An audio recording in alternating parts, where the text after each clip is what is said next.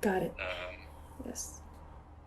My name is Jan Maran, but I go by Jan. Right now, the way I spend most of my time is going to Zoom meetings back to back, almost like no breaks in between. I spend my time talking a lot with other people to strategize ways on how to advocate better for Burma. I'm part of this organization right now that is aiming to connect people all over the world within the diaspora and also within the INGO, NGO, international communities, and just key stakeholders. Since February, over 750 people have been killed in mass protests, which rocked the country after the coup. There have been almost 5,000 arrests, with most still detained. But the biggest hurdle for the junta has been the civil disobedience movement. A large number of people are not going to work, be it railway workers, doctors, or teachers. The United Nations Development Programme has said that the Myanmar economy is near collapse. What's going on in Myanmar is very personal to me because not only do I have family and friends there, but this whole issue at hand is basically the issue that has made me be here in America, you know? It's the cause of it. And if I look back and reflect on my own life and the identity crisis I've had, you know, and all those internal struggles that I've been having of growing up being Kachin American, I relate that so heavily to all the issues that are happening in Burma because those are the main causes of the issues that I experience in my life, you know? So Burma issues are always gonna be there, and it's always like an existing presence in my life. It feels like, you know, even though I'm miles and miles away, ocean across from Burma, I deeply feel everything that's going on the ground right now. And yeah, it's just, it's screaming out to me. It's something I just cannot ignore.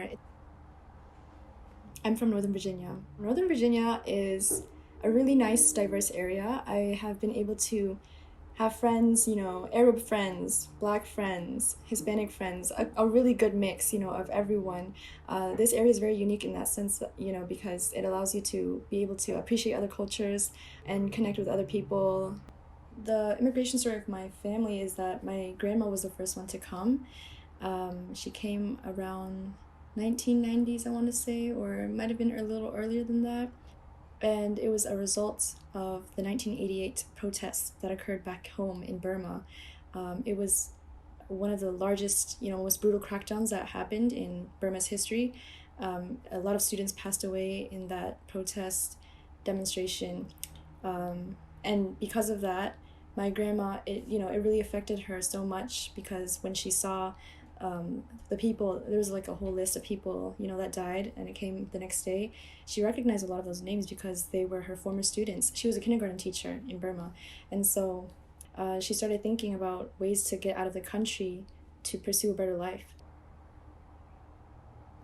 So for culture disconnect, I would say that this is a huge issue that occurs for people in the diaspora, and it occurs more so for people who have come to the United States, you know, as young kids and then grown up here for the rest of their lives.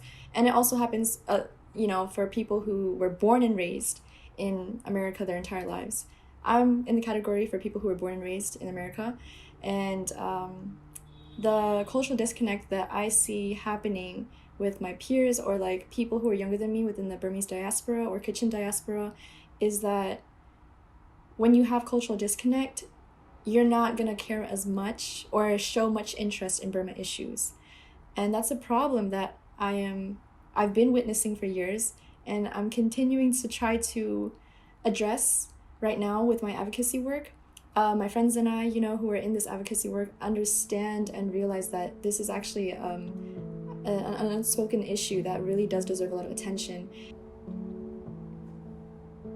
There was just a point in my life, and it happened during my senior year of high school, when I actually broke down to the point that I started questioning who I was and like, you know, and I started blaming my own upbringing, my own cultural upbringing, my Kachin upbringing and Burmese church upbringing. I was also just like starting to feel as if I shouldn't have been alive, you know, and this is not suicidal thoughts, but it's more like I feel like I just don't belong anywhere, and I feel like I shouldn't even be here in America. I felt sort of illegal in a sense, and I don't know how I came down to that point, but those kind of feelings of not belonging and not, I don't know, just not having a space in America in a sense, like that, yeah, that really like made me feel more diminished in a sense. When in reality, when I'm looking back now, this entire upbringing was something that wasn't a setback, but a set up for what I'm doing now with the advocacy work,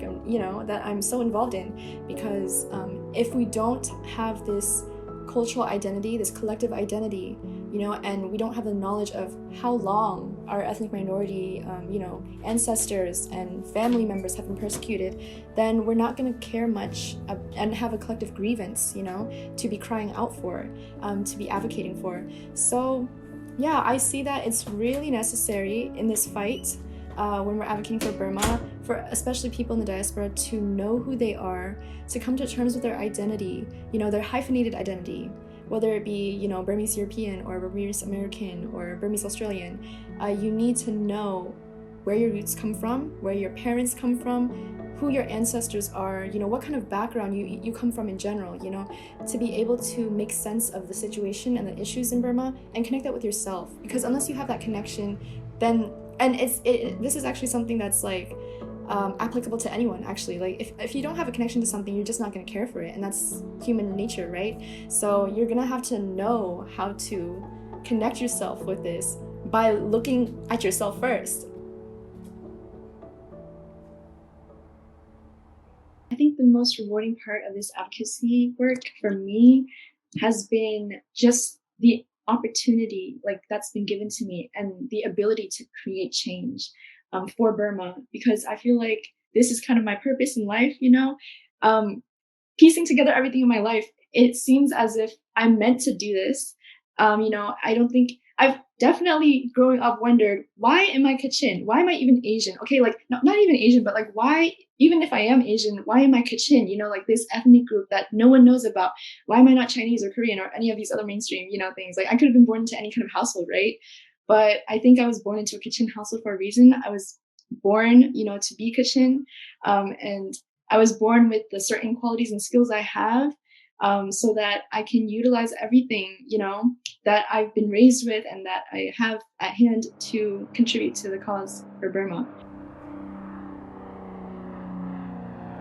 My trip to Burma in 2019 was a crazy one. I mean, I don't know how else to describe it, but it was absolutely humbling. The main reason I went there was actually to visit the internally displaced persons camps, IDP camps. And so when I went to go see the people there, I was really just curious to see what kind of conditions that they were living in.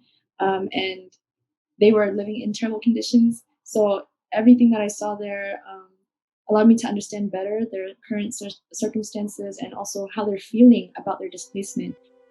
What I learned mostly from the youth, since we're talking about the youth peace and security effort now, is that the youth there are very willing to learn. They want to go to school, actually. And this is another thing that contrasts so much with the people I see within the diaspora or just in America in general, and like any other Western country. We take our education for granted. And this is a privilege, it's a right that we have to know not to waste. And also, because we know that it's a privilege, we should understand that this is the reason why we should be trying, because other people don't have the same right as you do to go to school.